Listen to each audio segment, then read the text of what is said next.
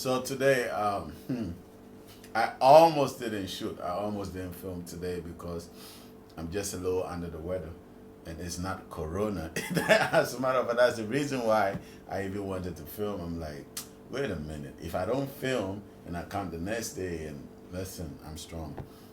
I don't know. Maybe I just got exposed to dust or something. So I have a little flu-like symptoms.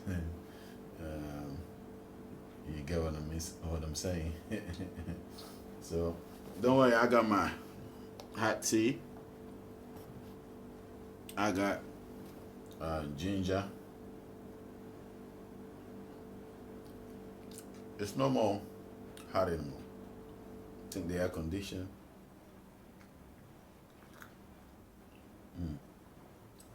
I gotta top it up. Hold on. Wait a minute. I gotta top it up.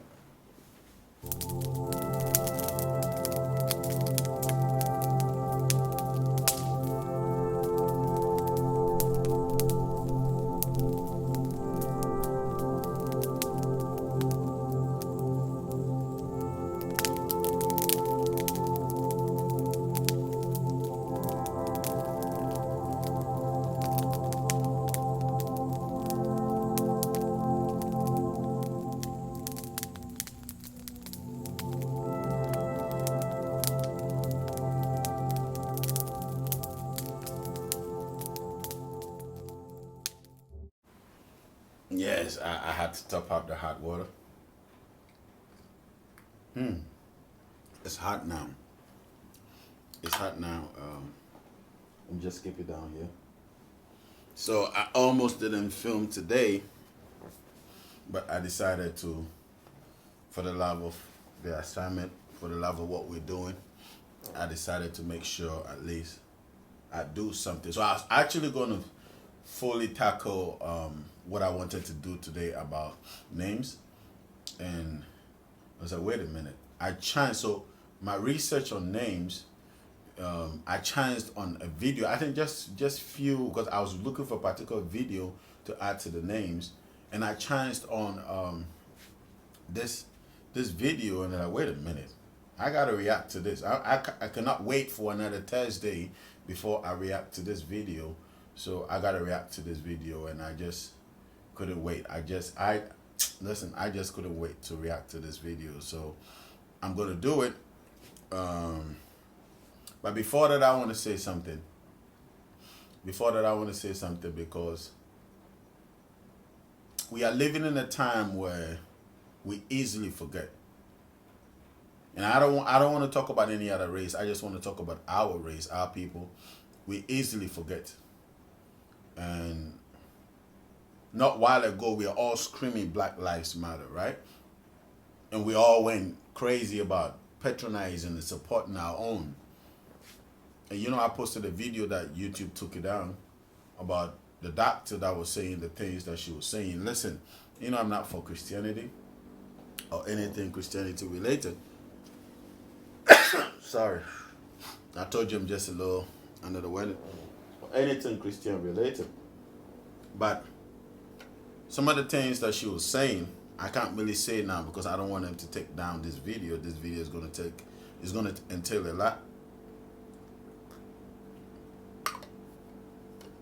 Yeah, it's hot.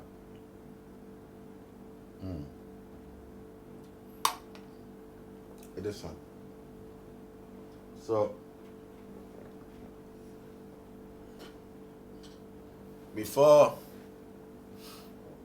when I saw the videos, like the reason why I posted the video is just because she's black and just because she's saying some bunch of stuff. I just didn't care. I'm supporting our own, right? Or she's African. Better phrase. African is a better phrase. She's African, so I decided to support. But it's funny how something major like this, and I'm not seeing a lot of people support it because a lot of people are afraid they'll pull down the video. If all of us got to do it for everybody's video to be pulled down, then let's do it. I don't care. And it cut across the fact that there is an agenda There's an agenda, whether you like it or not, whether you want to believe it or not, whether you understand it or not. There's an agenda. And this agenda, whatever it may be, or whoever behind this agenda, is definitely not working for West. And this agenda is definitely not for West. It is totally against us. And why I'm saying this is because of this particular video that I'm going to react to. What pushed me to want to react to this particular video, and I don't know what they're going to do with this video, whether they're going to keep it up or tear it down. Is she got fired because she was telling the truth. She literally got fired because she was telling the truth. I want to ask you, how many of you would stick to your guns and say the truth regardless of what the outcome may be? That is what I'm for. That is what I support. Those who will stick their ground, stand their ground, stick to the truth and say, listen, I don't really care what's going to happen. I'm saying it. I'm saying the truth. I'm spilling the truth. It's that we're living in a time where we cannot even stand for ourselves anymore. We cannot even speak the truth anymore. We are being told what to say, what not to say all the time. First, it was an underlying fact, but now it's public. They tell you your Facebook account, you can't post certain things. Your YouTube account, you can't post certain things. Your Twitter account, Instagram account, you can't post certain things. And it's totally getting ridiculous now because we're coming to a place where everybody is going to live in fear. This is basically world tyranny, where they terrorize everybody in the world, that even when you believe certain things, and this so-called freedom of speech world that we find ourselves in, speech is no more free anymore. Nobody really has freedom of speech now. If you want to have freedom of speech, you got to go to the backside. When are we going to wake up to understand the fact that there's a system, there's a mechanism that is gradually and slowly taking away your freedom of being who you are and how you feel like saying the things that you want to say? And like I said, I don't know what's going to happen to this video, but whatever it is they're going to take, let it happen. But I'm going to say some things.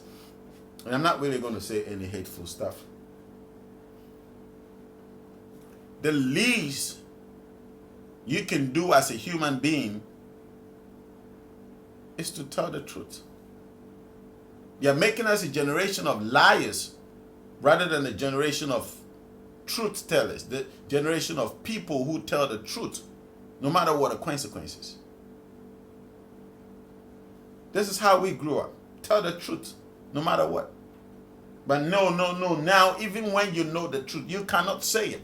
Because when you say it, either your license get revoked,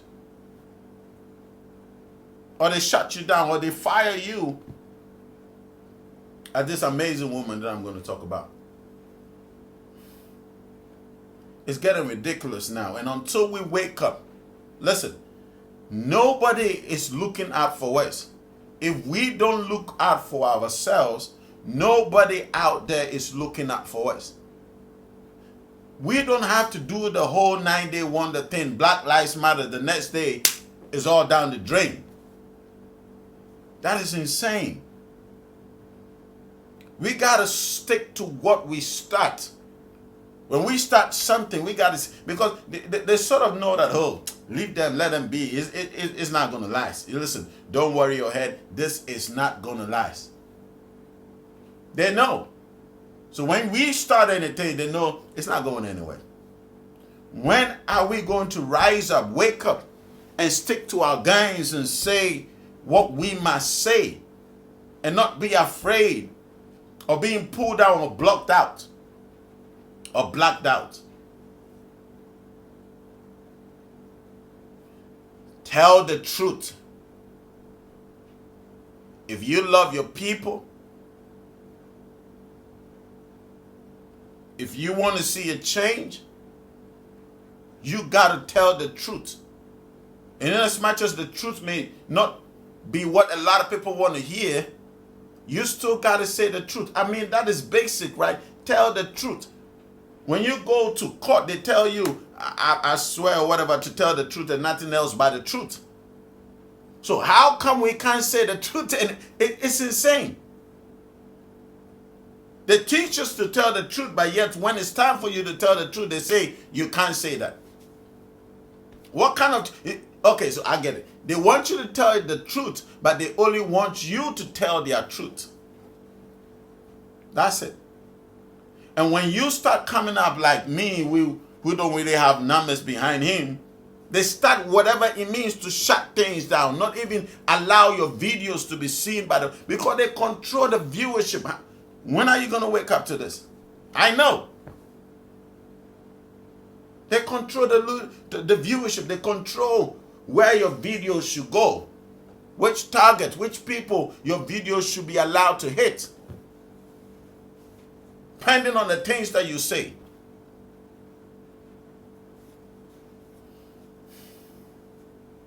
I applaud this woman. Even before I react to her video, I applaud her. And I say, congratulations, ma'am. You've done a great service to your people. My question is, what are you doing? Our enemies are many, and they stand ready to pounce upon and exploit our every weakness. They play upon our vanities and flatter us in every kind of way. They tell us that this particular person or that particular country has greater or more favorable potentialities than the other. They do not tell us that we should unite, that we are all as good as we are able to make ourselves once we are free. Don't fucking move on. Shoot your fucking ass, bitch. Tase his ass. Why are you so angry? Yeah, I'm angry because he's been going on forever. Enough is enough. We're waiting for a back. I will, sir. No worries. I will. Fuck! He just shot his arm off. We got pulled over on Larpener. I told him not to reach for it. I told him to get his hand out. You told him to get his ID, sir, and his driver's license. Oh my God, please don't tell me he's dead. Please don't tell me my boyfriend just went like that. Just keep your hands where they are, please. Yes, I will, sir. I'll keep my hands where they are. Please don't tell me this, Lord. Please, Jesus, don't tell me that he's gone. Please don't tell me that he's gone. Please, officer, don't tell me that you just did this to him. You shot 4 bullets into him, sir. He was just getting his license and registration, sir. Mid-20th century is Africa's. This decade is the decade of African independence. Forward then to independence. To independence now. Tomorrow, the United States of Africa.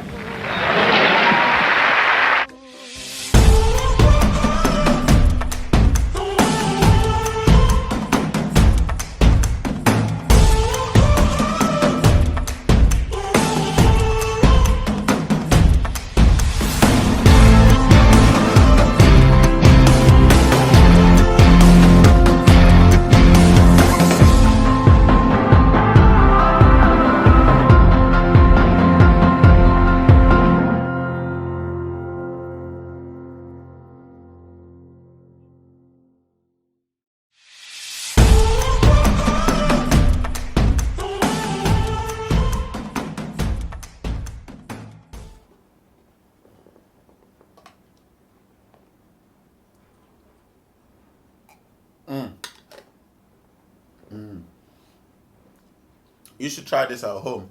That's a ginger, lemon, honey, warm water mix. You should just drink it up. Aquaba. Listen, forgive me if I sounded like I was ranting, and I'm not. I'm just so passionate for our people that I want to see our people do the right thing, and I want to see us support each other and be there for each other, not just lip service or start something in a day and totally forget about what we started. So I really, I'm passionate, and not just about passion, but Every fiber within me wants to live and live solely for our people. So, but anyways, I want to bless the powers that be. Our Creator, our Father, our Mother, the Earth, as I say, our Father. Asure to me all the powers in the air. Asase to me all the powers in the earth. In soon, we ask it to me, so that's the powers in the seas and the waters. We ask it to me the power in the fiery dimension. I say thank you to Esi, Ajo, Abene, Auku, Yao, Efi, Amen. Just mention the days of the week. And also give powers to now of Hima, who is the author of this house, and also Nanam Frama, who is the personal power behind me. And all the powers that be in our ancestors that I move on, Osajifo, Kwame Nkrumah, Sofupeyin, Anochi, Mnene Beyin, Bedibonsu, Mnene Beyin, Jetia, all the powers that be in our ancestors and Nananum, the powers cut across the face of the earth. We are grateful for where you taking us to. We're so humbled and we're so grateful, and I'm humbled that I get to be your leader, who is bringing all of us together and bringing us home. I'm excited when I get a chance to come your way. It's really humbling.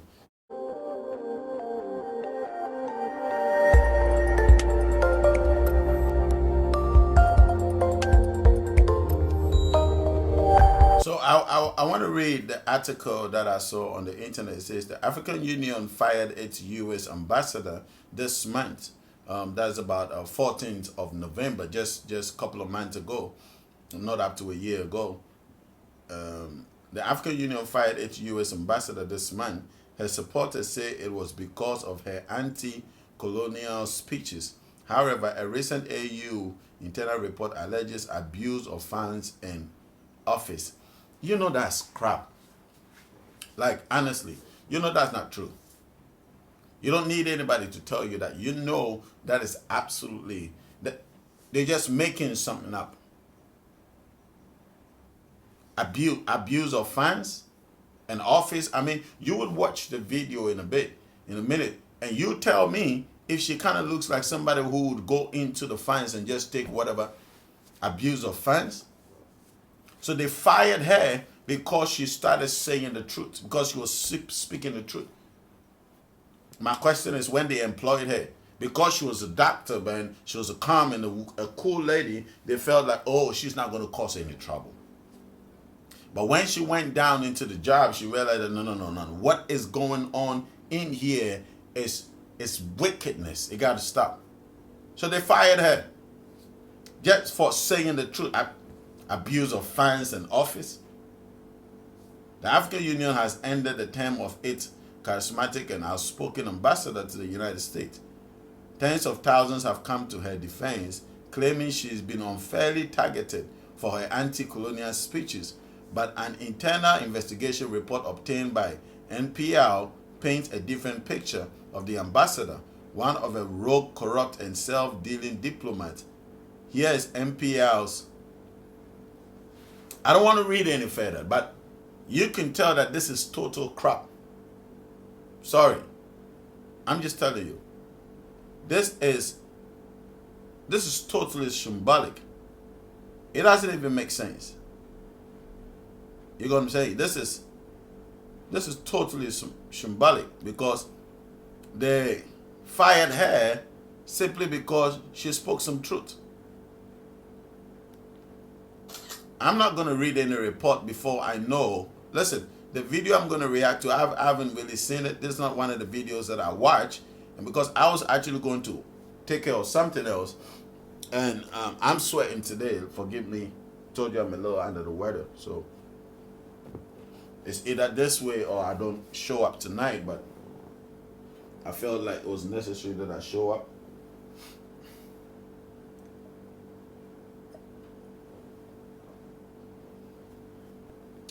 I just couldn't keep quiet watching this. So let's watch the video. When the colonizers were leaving the continent between 1958 and 1961, France did something that was just downright terrible. made the African leaders sign what they call the Pact for the Continuation of Colonization. France made the Francophone countries sign the Pact for the Continuation of Colonization. So basically, when the French left, they didn't really leave. They were still ruling, they were still colonizing our people, especially the Francophone countries. They didn't really leave.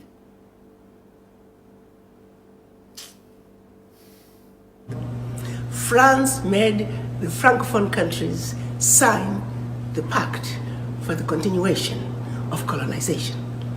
Allow me to highlight a few of the items in the Pact for the Continuation of Colonization, and I urge all of you to Google it and read it. And if that does not disgust you, I don't know what will.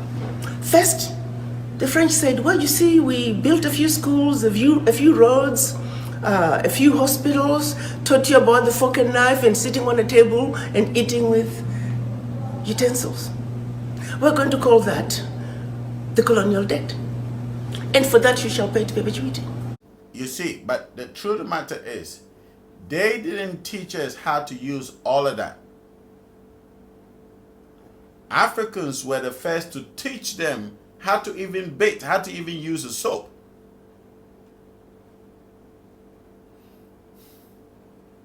See, the need for us to teach the young ones coming up. Because when we don't teach the young ones these truths, they would grow up ignorant, not knowing anything. A lot of our elders know some of the truths that we are now discovering, but they never taught us. So we grow up ignorant and think that it is a white man that is teaching us anything. No, it's the reverse. Gotta come down. And for that you shall pay to perpetuity. In addition, you will deposit 85% of your bank reserves with the Minister of Finance, the French Minister of Finance. Collectively, the Minister of Finance, the French Minister of Finance will take all your deposits. It was 85% back then. It's now down to about 60. The French minister will invest that money in the French Stock Exchange under the French name. You may or may not know the returns. Is this not broad daylight robbery? Broad day robbery. They take our money, send it to your country, invest it how? So when the young ones in Africa wake up, say, oh, France is beautiful. I want to go to Paris. I want to go to Paris. Nobody want to say, I want to go to Ouagadougou. Everybody want to go to Paris. But everything that they are is stolen. And yet, when we come out to tell this truth, they want to shush you. Because you sort of feel you cannot be anything without them. Listen, this video don't get you angry. You need deliverance. Today, France is taking out of Africa, Francophone Africa, over $500 billion. Over $500 billion. We, the Africans, the poor countries, we are giving France over $500 billion a year.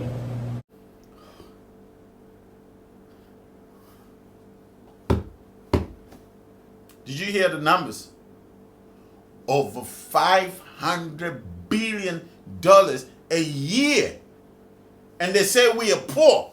And this is not the entire continent. This is just the Francophone countries. 500 billion a year.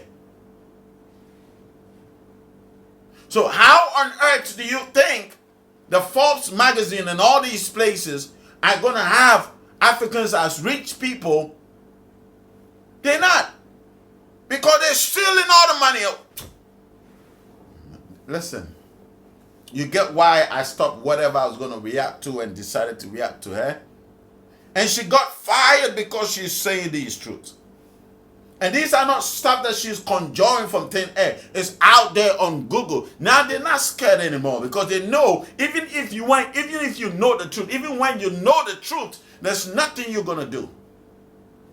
You're gonna sit and praise white Jesus and go to church and still go. If France is taking $500 billion from the Francophone countries every year, how much do you think the Roman Catholic Church is taking from Africa?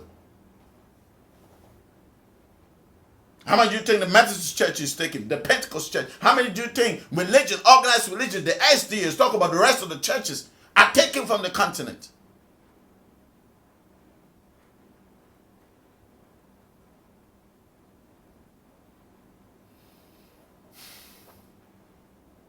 Because they've put the fear of God in you.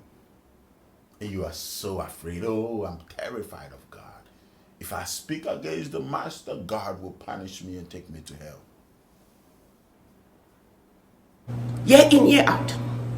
And no one is talking about it. The latest figures are saying for every $14 billion that France takes out of Africa, by the time they finish investing it, they're realizing upwards of $300 billion for every $14 billion. So in actuality, France is taking out of Africa trillions of dollars year in, year out. Should any of those countries wish to access some of their own money that they deposited with France, they have to submit their own financial reports for the country. And if approved, they can only access up to 20% of that money as a loan at commercial interest rates. Figure that one out. That is our reality. It gets better.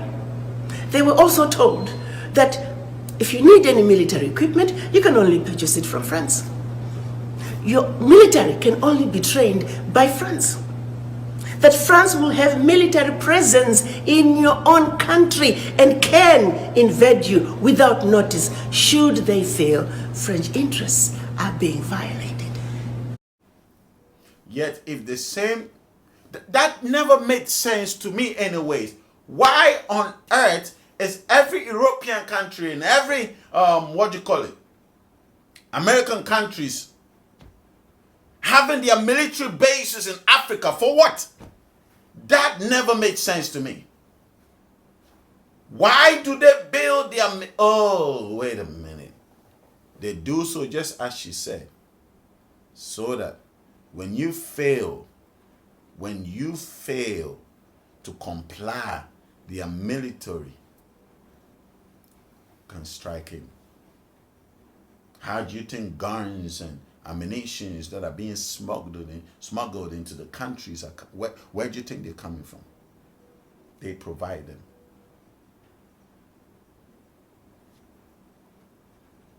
Our youth are busy. All they think is party, smoking, weed, drinking. That is all the youth is doing. And they give you that, they feed you that. They promote the hip-hop industry to project that. So you think life is all about that. While they go behind the scene and show you what life is really about. And to make the case worse, they put religion to choke you. One country and can invade you without notice should they feel French interests are being violated. Language of instruction shall be French. All your minerals discovered, yet to be discovered, France has the first right of refusal. All the contracts, big contracts, private and public, French companies have the first right of refusal. Now, my brothers and sisters, sons and daughters, if you were to go home and run for president, and your first day in office, your chief of staff comes to you and says, oh, by the way, Mr. President, Madam President, before you start, I must read you the do's and don'ts as stipulated by the Pact for the continuation of colonization. And your chief of staff reads this to you. What power do you have? This is precisely what our colonizers wanted. To leave us in a position that no matter how hard we try, trying to get a leg up is mission impossible. And yet, When we talk about these things, our own people are like, oh, colonization was way back. Why don't you let bygones be back? Sometimes you want to slap somebody, and I'm not trying to be violent, but sometimes you just want to. It's way back. It's happening. You see our lackadaisical attitude? Can you watch this video? Can you? No! We shut people up. We put in their faces. We got to wake up. We gotta wake up. What are we doing?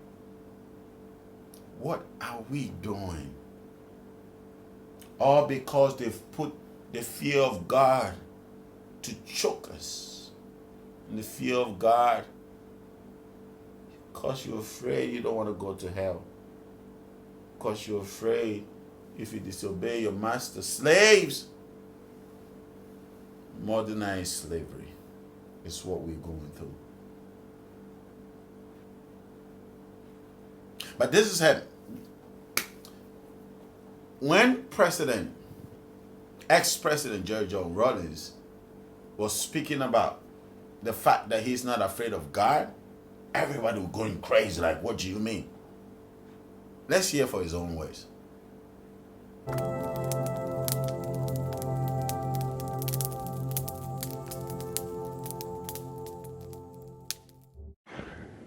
When we had to go into multi-party democracy, and I was invited to come and give a talk in a church house, and I said,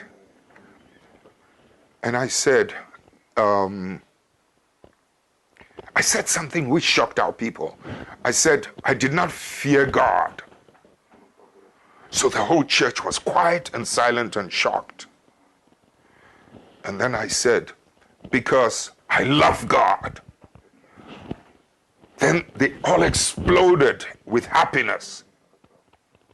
So I turned it around and I said, how many of you are not afraid of your bosses at work? Most of you are very terrified and frightened of your bosses at work. And you don't like it, do you? The whole church was quiet. You know, thousands of people, big place. And then I went on to say that you're not happy with that, but back at home, your wives are just as afraid of you as you are afraid of your bosses. Your children are afraid of you just as you are afraid of your bosses.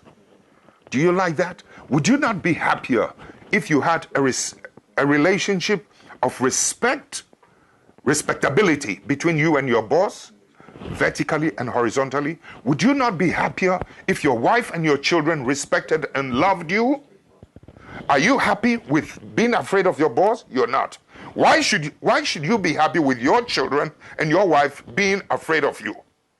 So in effect, what I was trying to tell them was that I love God, I revere God, and I would want to have a relationship of respect and love between my wife and my children, my employees, my subordinates, etc. I don't want to live in fear of somebody, nor do I want somebody to live in fear of me, etc. Can you believe that when the election campaign started, intellectuals, politicians were campaigning against me and saying, vote for God-fearing people. Vote for God-fearing people. Don't, as if to say, don't vote for God-loving people.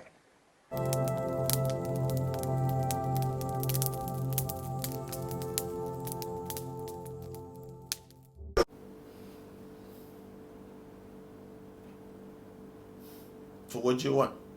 You want to be afraid of your creator? Or you want to have a relationship with your creator? Yet, some of us that are teaching you that it's a relationship. It's a relationship. It's not a master-slave kind of thing. It's a relationship. You have a relationship with your Father. You have liberty to communicate to the powers that be. When we say these things, they call us evil, because we are teaching the right things. See how they've conscientized our people to think in the reverse. That even when the righteous before them, they're not even able to see the right. Oh, could you bend to relax? You're not really feeling too well today. But listen, I will feel well any day when it comes to talking about our people and the ignorance that is filling our hearts and our minds and the naivety that we keep swimming in. When are we going to wake up? She spoke the truth, and it will shock you. You would have Africans. You would have Africans speaking against us. Oh, it's true. She's embezzling money. Listen. Until proven otherwise, we support our own. And even when it's proven otherwise, we keep it within ourselves. But out there, we show a united front. I would try as much as possible to not to get upset in the real video that I want to react to. Let's listen to Dr. Arikana, sorry. I took office 2.5 years ago as a dumb, ignorant family physician coming from Murfreesboro, Tennessee. I had no idea what I was going to be doing in Washington. As a matter of fact, I actually felt kind of funny and silly, thinking me, a medical doctor, can be a diplomat. But be it as it may, singularly, the one thing, I came here, by the way, with no plans of staying. I was coming here, top 6 months. After 6 months, look at my husband, honey, I tried, it didn't work out. Look at the chairman of the African Union who had appointed me. Thank you, Madam Zuma, it was great, but I could not do it. But 5th month into this position, one issue that kept coming to me and became very apparent was the disrespect for the African. I knew it existed, I just didn't understand the depth and the profoundness of it. And not only that, as I began to understand it even deeper, I began to also understand its economic implications when it comes to how we are perceived on the world stage, how this simple fact of simply disrespecting the African had serious implications and is at the root cause of why Africa is not able to move forward. And as I went and tried to understand and dig further to say, what is it about us as black people around the globe? Why is it that we are so disrespected no matter where you go? And I often say, was there a memo sent out to say wherever you go, if you are not a black person, you see a black person, you're automatically superior to them and you have a right to disrespect them? This memo did not miss anybody. It went to non-black people. But here's the real shocker. It also went to us black people to say, accept that you are inferior. You automatically take an inferior position. And I'm going to have to tell you something that has become a realization that and this is where I am stuck as I try to understand, how did this message just go through and percolated so through? Now we are on automatic pilot. It's almost as if we've undergone a genetic mutation. We don't even have to be told. We pass it on to our children. Have you ever wondered, of all the colors on earth, why were 2 colors chosen? Black color and white color. Follow me on this one. You take a white color, you associate it with Jesus Christ. You associate it with the angels. You associate it with purity and everything wonderful and everything desirable. And then you take a race that's not even white and you say you are white. Yes. And then you take another color. You associate it with the devil. You associate it with everything undesirable. I've never seen a bank robber wearing a white mask. All the villains on movies are black. Everything undesirable is black. And then you take another race that are not even black and say, you guys, you are black. Yeah. Now go at it. Speak, my sister. As we black mothers are trying to raise our children in our own homes, as much as we try to tell them that you're black and you're beautiful, guess what? The minute they step outside the door, the messages are completely different. A barrage of subliminal messages telling our children that that which you represent is horrible. Yeah. I don't even need to go any further. You get in the picture, right? you understand why they had to sit her down, why they had to fire her, because she can't talk like that. And they're going to make sure that she doesn't occupy any political position again, because now they have an idea. Listen, if they knew, they put her there because of her naivety, because she has no idea what she was getting into.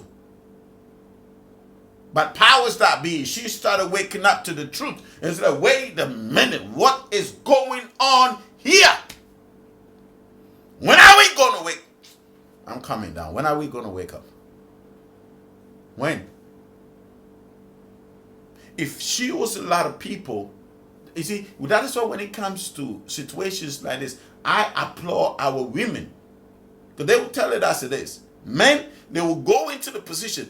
How can you even say she is fired because she abused her position and she misappropriated fines? A woman of integrity? Does she look like she's hungry to you? But they had to tag her name with such lies, and it will shock you. African leaders did that. Because they are puppets, they are being controlled behind the scenes. That's why they don't like voices like ours to be heard. But they know we tell it as it is.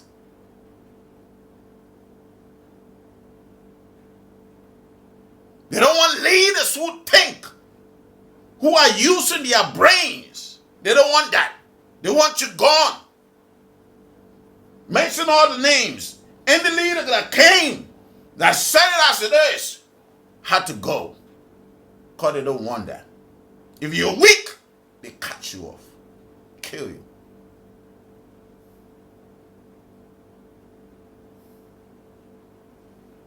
Yet, we don't do anything to support those who are putting their faces out there, who are putting their lives out there. We don't do anything to support them.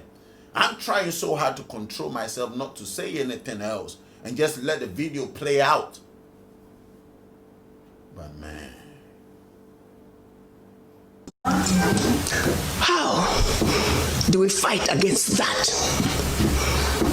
How do I tell my granddaughter that you're black and beautiful, but the world tells her otherwise? The voices echoing her blackness as a symbol of everything undesirable are much, much louder than even we black mothers. We come together, we can never drown those subliminal messages. They were all by design. Let me take you to the beginning. Certainly for Africa, your continent. Because as we gather here today, as we try to strategize, as we try to create those linkages between those Africans away from the continent and the Africans on the continent, we must understand, how did we get here? And for Africa, it starts with that monumental decision when the colonizers, came together in Berlin in 1884. And let me say, prior to 1884, they were coming to Africa in a haphazard way. They had started with slavery. And then when they felt like they needed the slaves to stay on the continent, they say, oh, we no longer believe in slave trade. Let's stop it. No.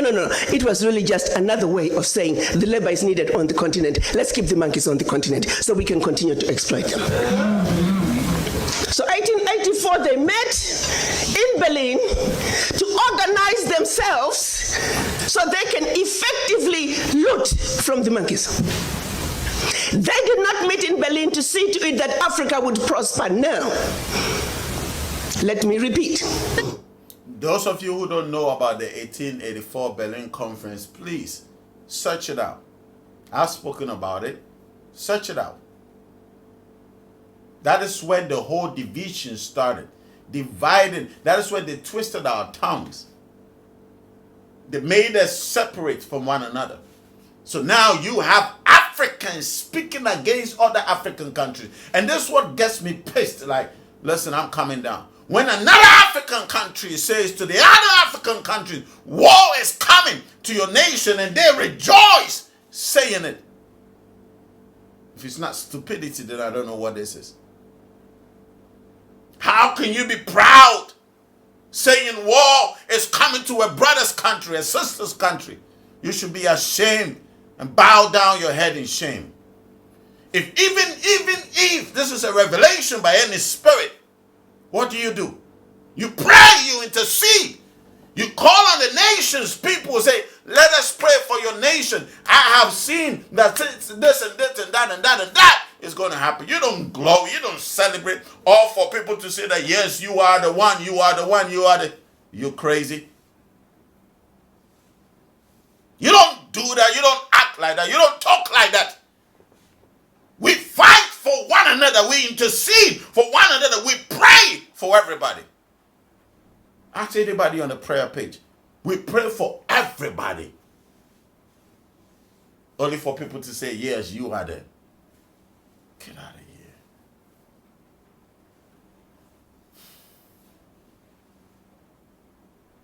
It's time we shine our eyes. It's time we open our eyes to see the things they are doing behind the scenes. What they've always done behind the scenes. I'm trying not to catch you. Mommy, talk, take all.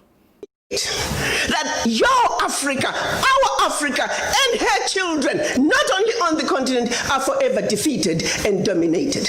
That was 135 years ago. The manner in which they did it, they took out the map of Africa while the Africans were sleeping, minding their own business. Started to chop up your continent into the tiny little countries that we see today. The bigger and more powerful a kingdom was, the more countries that came out of it.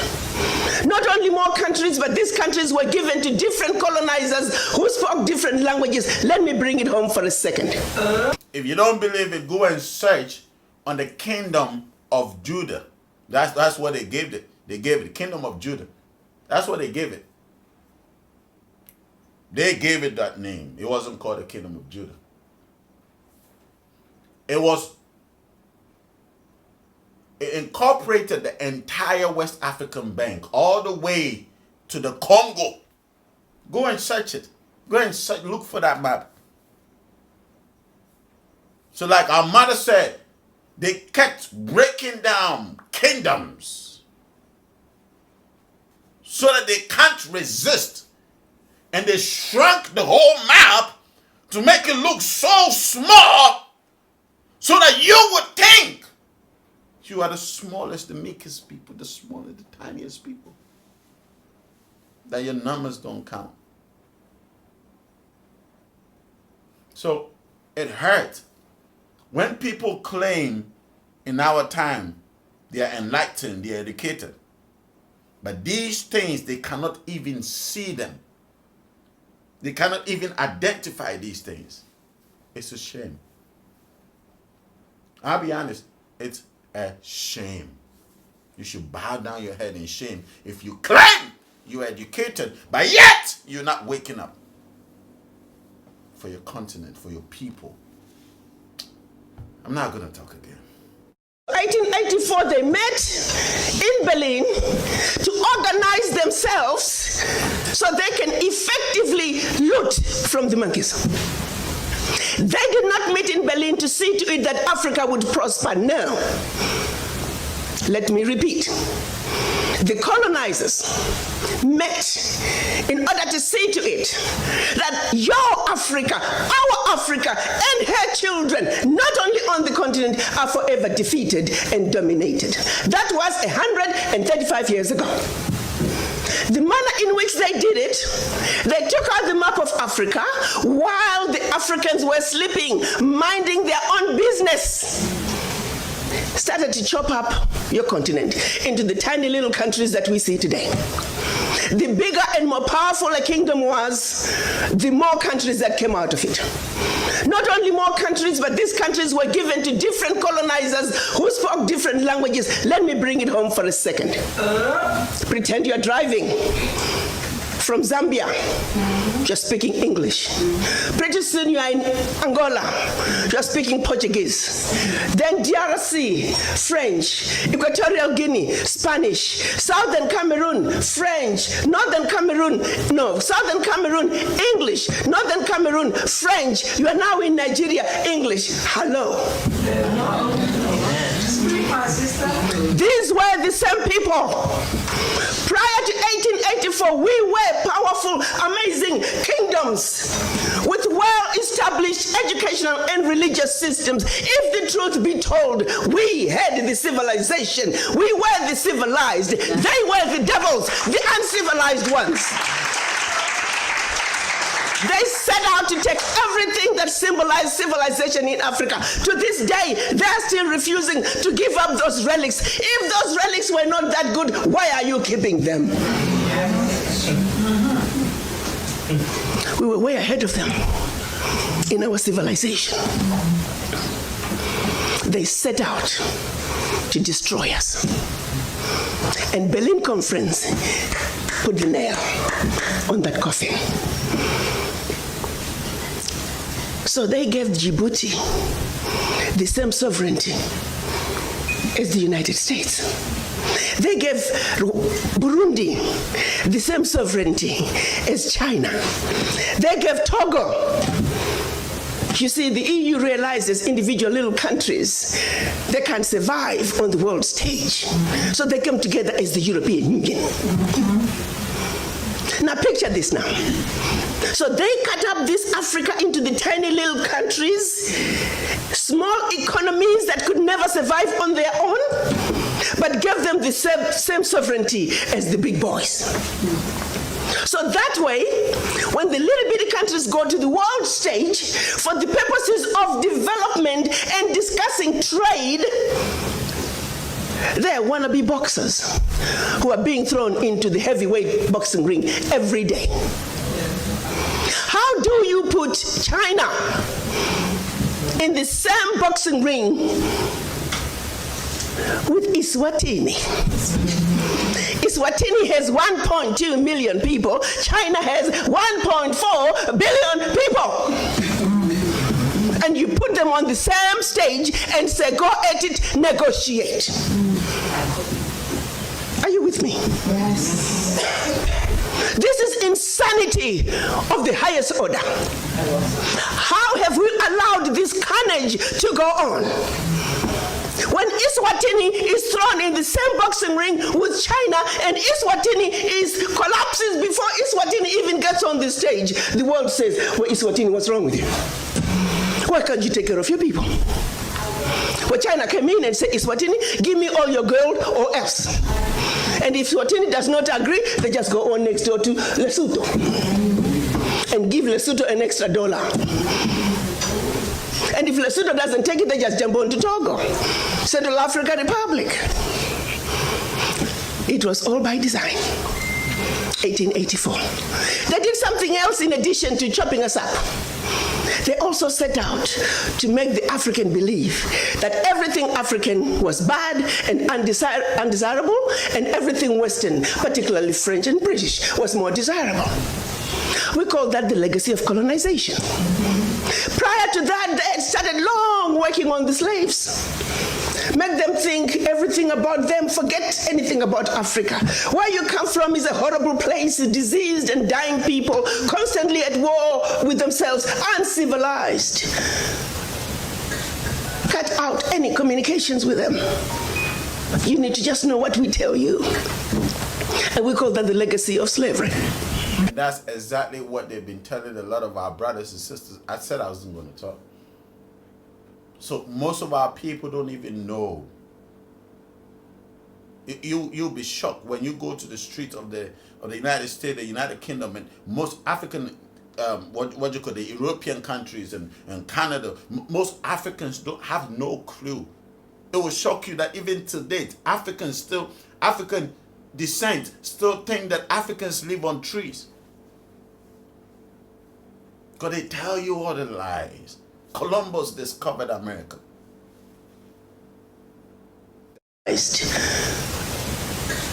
Cut out any communications with them. You need to just know what we tell you. And we call that the legacy of slavery. So that's where you look at where we are today. 135 years later, a system that was put in place to see to it that Africa and her children are forever defeated, that Africa is forever exploited, remains in place today, alive and well. And we sit here and we ask ourselves, why isn't Africa moving forward? Why does Africa continue to be taken advantage of? Well, I'll tell you why, very simply. Until Africa comes together as a continent speaking with one voice, one continent, one people, nothing, and I repeat, nothing is gonna change. As individual little African countries, we are wannabe boxers. We will never make it fighting against the heavyweights. We must speak with one voice. Yes. And this is exactly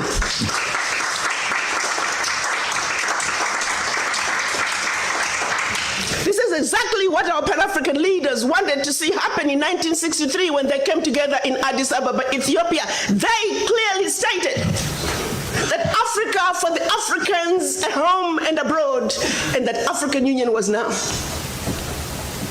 That said, Africa must speak with one voice.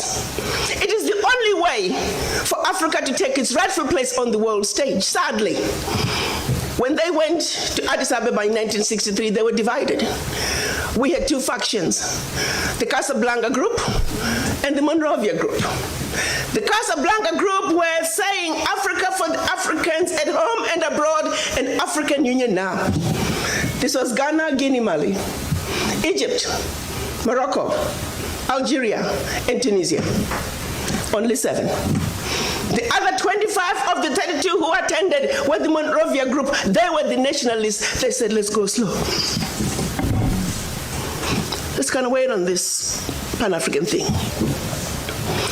55 years later, 56 this year, we're still going slow. As if it wasn't bad enough that we were divided up into the tiny little countries that we are today. The gift that Berlin Conference gave us. One other thing that France did between 1958 and 1961 in the name of giving us our independence as African countries. France forced the Francophone, and I hate that terminology. There is no such thing as Francophone, Anglophone. They made it up. But for the purposes of communication, I will use that. 14 of those countries, they said, in order for you to get your independence from us, you must sign this document. You thought they could have found a better name for the document. The document was called the Pact for the Continuation. I repeat, the Pact for the Continuation of Colonization. We are talking about giving you independence, but sign this pact for the continuation of colonization in a different format. And I'm going to highlight some of those issues that they said you must agree to if you are going to be independent. Hello.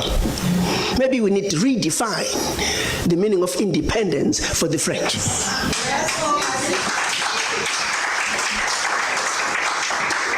First, France said, you see, you monkeys, you don't know how to manage your money. We're going to demand that you deposit 85% of your bank reserves with the French Minister of Finance. Under the French Central Bank, under the control of the French Minister of Finance. France is then going to take your 85% bank deposits from each and every one of you. Deposit those funds in the French stock market under the French name. And you may or may not know the returns. Today, as we speak, the latest figures are saying for every 14 billion that France invests in the stock market from Africa, they are realizing upwards of 300 billion in return. Every year, year in, year out, because of these deposits from the African countries, France is taking out of Africa over $500 billion. Now figure it out. For every 14 billion, the returns on the investment are over 300 billion, and they are taking over 500 billion. So in actuality, France is taking out of Africa trillions of dollars year in and year out from us poor people, Africans. Back to the pact. So should you want to access some of your money that you have deposited with France, you have to submit your country's financial returns. And if approved, you get to get it as a loan. You can only access up to 20% of your money year in, year out as a loan at commercial interest rates. Your own money. As if that was not enough. They said all your minerals discovered, yet to be discovered, all your oil discovered, yet to be discovered. France and French companies have the first right of refusal. If there's anything left over that the French companies do not want, your people might have. To this day. They said you will only use the currency that we created for you because you're special Africans. We call it the CFA. There was the Central African CFA and the Western African CFA, same animal. And that France is the only one that can print it for you. 1958. Fast forward. They're still printing it for us. And if you start misbehaving, they just stop printing your money. And your country's in trouble. They also said your language of instruction shall be French, whether you like it or not. That France will have military presence in your country, that your military can only be trained by France, that you can only buy military equipment from France, that you cannot have any military alliance with your neighbor, and that in the event of war, your allegiance is only to France. And furthermore, because they have military presence in your country, they can invade you without notice should they feel that the interests of France in your country are being violated. Teach, sister, teach. Speak on, sister. Fast forward, 2019, nothing has changed.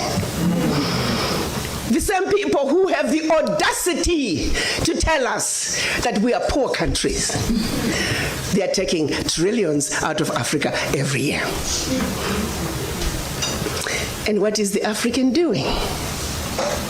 Like an obedient, programmed black man, we just give in. We know the facts, but we just do nothing about it. Now, you have to say some of the fears are real, because the France that has sold you inferior equipment to theirs, France that has trained your military to be inferior to their military, they are now in your country. They can invade you. They have the permission to do so. They can destabilize you. And then one might say, why is it that African leaders haven't done anything about this deplorable situation? Well, let me tell you, my brother and sister, they have tried. Documented to this day, 22 coups where leaders were assassinated. France had something to do with it. The first 7, when they decided they were pulling out of the CFA and that they're going to print their own money, they were assassinated. Every time an African leader has tried to do what's best for their country, they were assassinated. Majority of them aided by France. It's a known fact. And then others, they were just mercenaries who felt that when there was a natural resource discovered in one country, they wanted to create a coup. So while the country is thrown into a civil war, they're siphoning the natural resource. We know of one particular story that had we not known about it, it would have been, oh, there we go again, the Africans.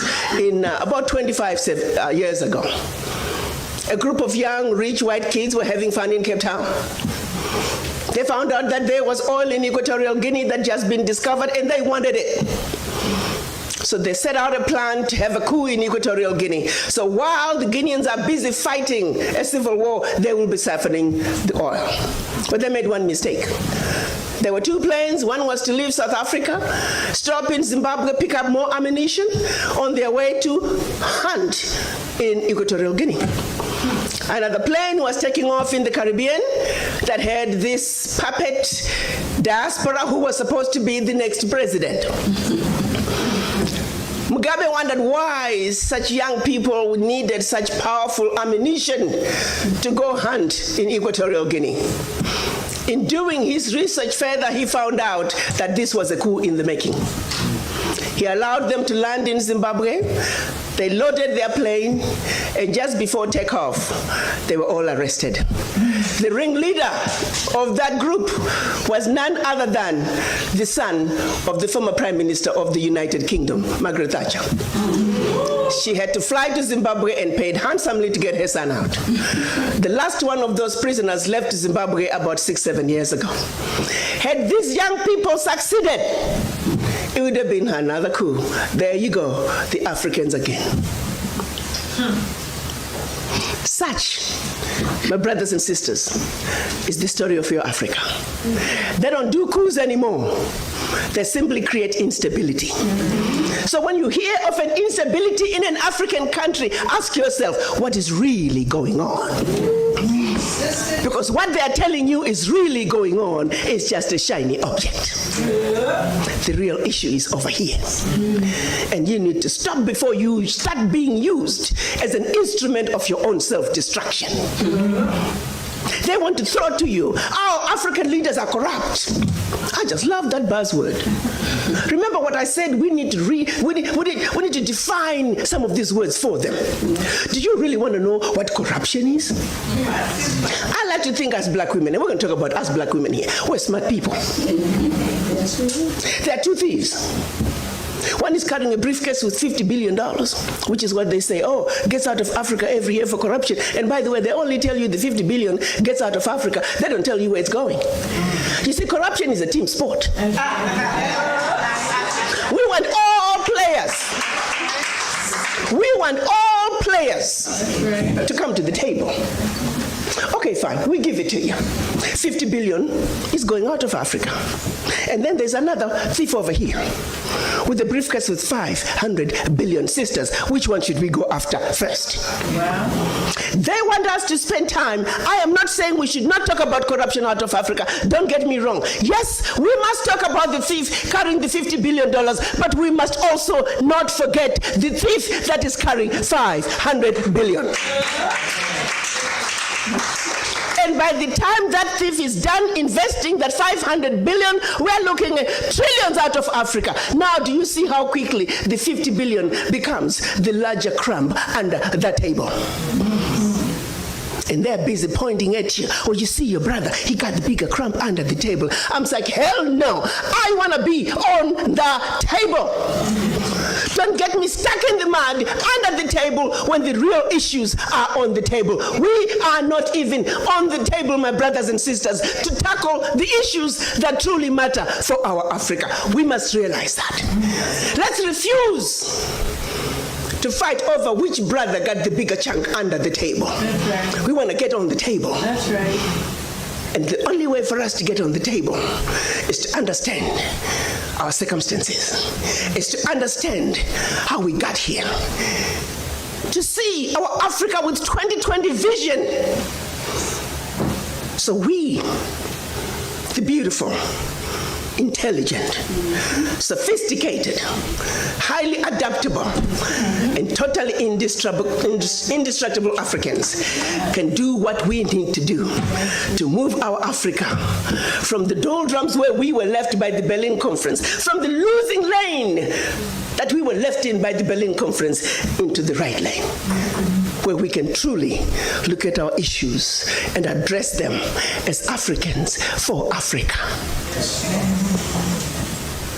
So all is not lost, my brothers and sisters. The wishes of our Pan-African fathers from 1963, March last year, the African leaders got together and signed a decision that that is now putting us on the path to finish the unfinished business of the Berlin Conference.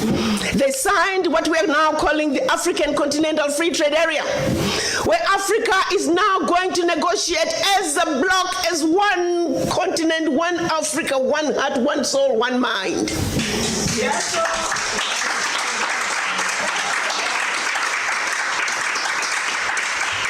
52 African heads of state signed that agreement. We only needed 22 to ratify.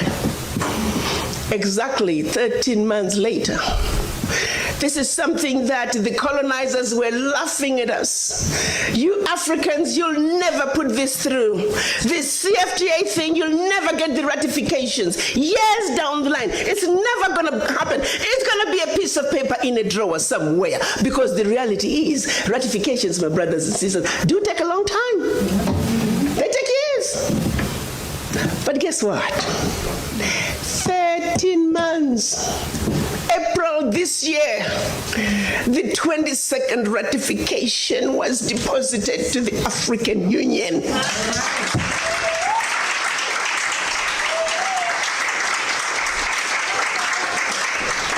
We're now sitting on 23 and more are coming. Because you know what? The sleeping giant is rising. The sleeping giant has found her teeth, and you recognize, let me underscore, the sleeping giant has found her teeth. Yes. Her teeth. Yes. The game is over. When I speak to businesses in this country, my mandate is to see to it that Africa and the United States are the best partners the world has ever seen. America, the United States, and the Americas is the only region that has a heritage connection to Africa. And it is for that reason, in particular, that I'm on a mission to see to it that the marriage between Africa and the United States is the best marriage the world has ever seen. It is a marriage that's going to give birth not only to many children, but many beautiful children. I'm a woman on a mission. Yes. Yes. And that's why. That is why it is important that we begin to understand each other.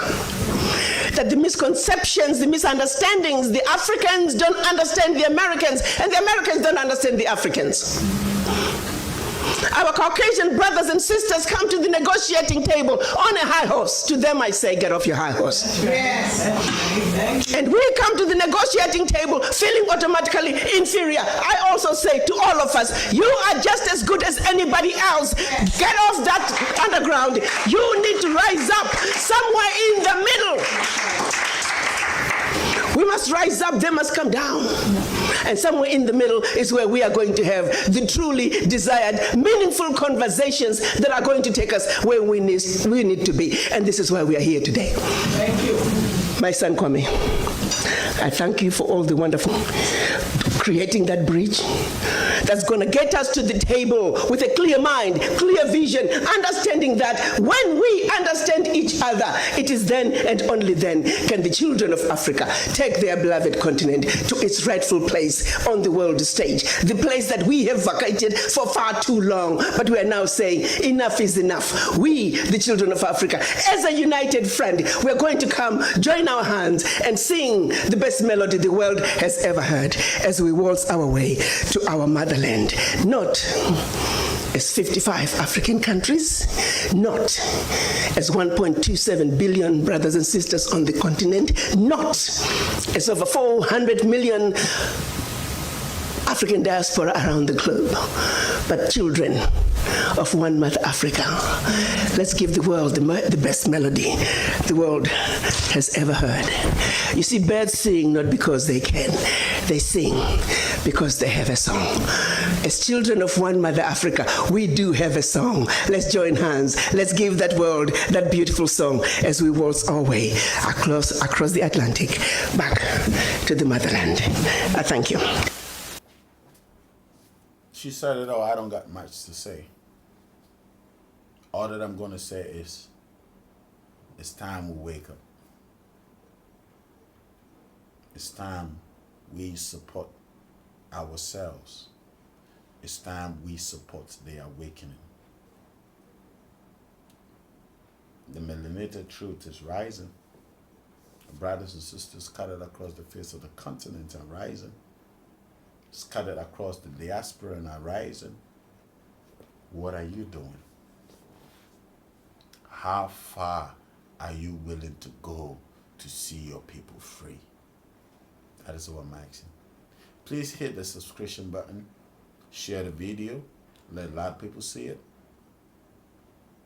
Comment, share it amongst your friends, your family members. Let's build. Let me see that you are really ready to make something happen by sharing this video. Love you guys. See you tomorrow for Spirit Friday.